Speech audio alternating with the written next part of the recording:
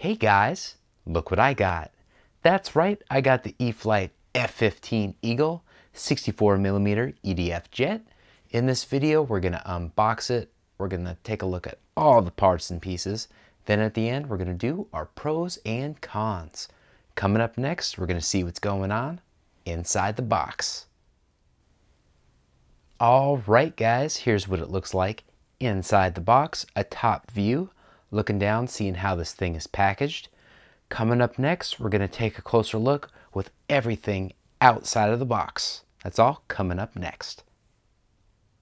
All right, guys, here's a look at all the parts and pieces that come in this thing. We've got some missiles that we can glue on. We have some tanks that we can fasten in there using that plastic. And it looks like the slots for that are under the main wing. This is the bottom side of the main wing, and of course this is the top side. So it looks pretty cool. Here are the servo-less rudders. Yes, that's right, we only have aileron, throttle, and elevator on this thing. Here is the main fuselage. Overall it looks pretty good, but there are a couple little defects I will talk about a little bit later in the video. They're very minor, so we'll keep things rolling. Here are the elevators. Let's take a look at the underside of the elevator. Got our digital camo scheme there. That's the top side.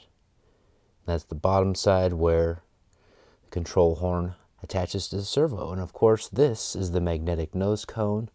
Now I've heard that the FMS nose cone is better than this one.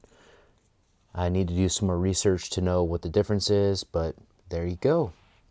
All right, guys, I'm going to put this thing together, and when I come back, you will see this thing fully assembled. All right, guys, here's what this thing looks like all put together.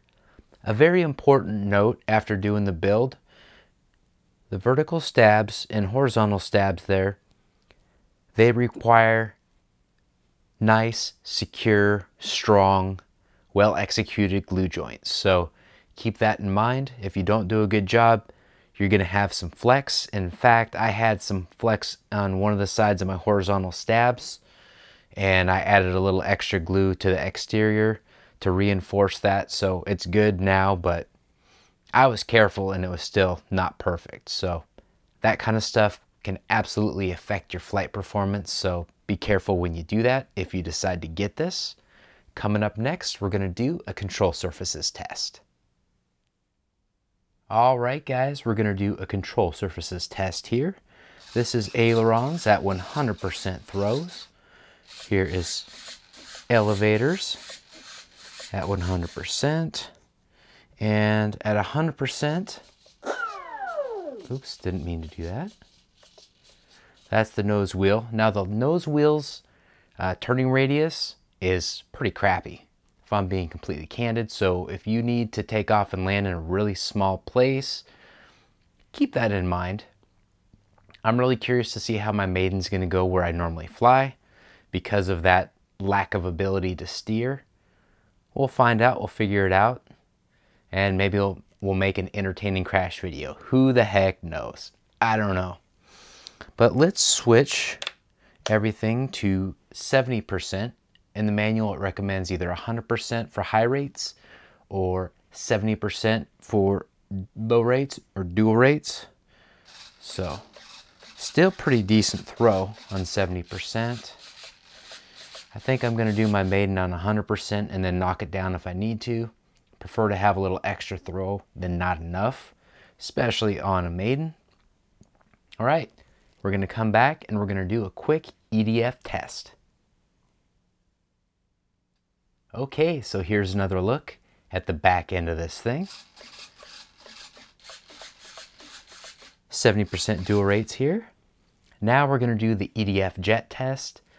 Something to keep in mind is this is pretty late at night, so we'll see how crazy I am with the throttle and how loud we're going to make it. I have my phone right in front of the nose wheel to prevent it from rolling, so let's see how this goes, guys. I have not tested this yet.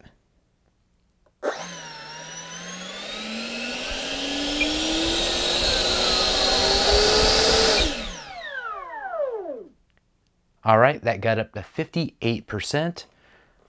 I felt like I was getting blown around a little bit here. I'm curious to see if the camera shook like it has with my 70mm EDF jets.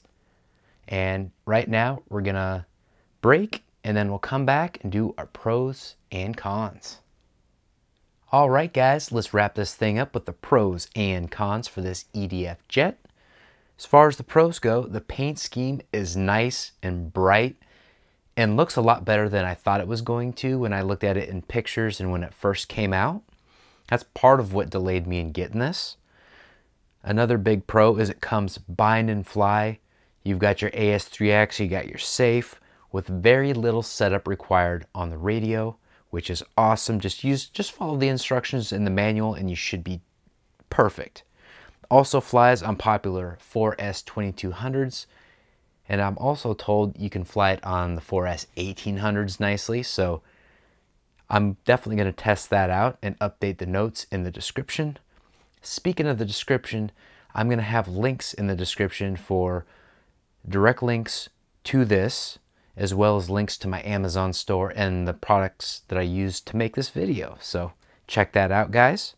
As far as the cons go, you do have to glue it on very critical points. The turning radius is really poor. Look at that. That is at 100% rates, guys. So keep in mind where you actually fly. Either that or just pull off the landing gear and belly land in some grass. That may actually be your best option. It does not have rudders. That's another con. It still should be a great yank and bank. Still should be a ton of fun. But rudders would be very nice, especially if you have to land in a pretty tight area with some precision. So with light posts and curbs and things like that. Compound that with the poor steering radius. Not the best combo for where I generally fly, but hey, it could make a really nice crash video. So we'll find out. And the final con, and I have not fixed this yet, but there's a sticker on the spinning part of the EDF unit, like on the motor.